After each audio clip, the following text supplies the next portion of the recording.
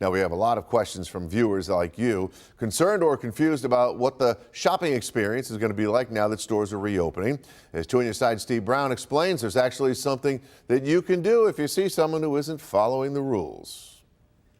More and more businesses are now reopening under the state's pandemic guidelines. But since the reopening, we've gotten a lot of questions from viewers asking who enforces these guidelines. Well, tonight we have some answers. Let's say there is a customer or customers at a business who will not wear the required mask or do not maintain physical distancing. Primary enforcement of these state rules belongs to the business ownership or manager.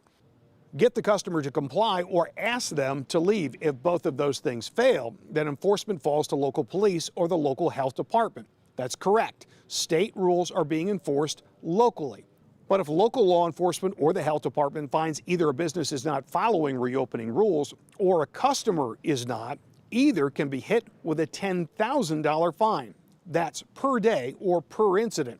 We talked by phone with Lieutenant Governor Kathy Hochul about this today. She thinks businesses, especially eateries, will be very mindful of the guidelines. I've spoke to many restaurateurs in the last couple of days, from Niagara Falls to Rochester to Jamestown, and they are very excited to be open, and they do not want to do anything to jeopardize their ability to stay open. They don't want to lose their liquor license. They want to make sure they get it right, and also they know that they have a responsibility to protect public health, not just of their employees, but of the community, their customers. The Lieutenant Governor hopes that simply the opportunity to be open again is incentive enough for businesses and their patrons to be mindful of these state guidelines. And if they fail, there are some expensive penalties on the table, like $10,000 expensive.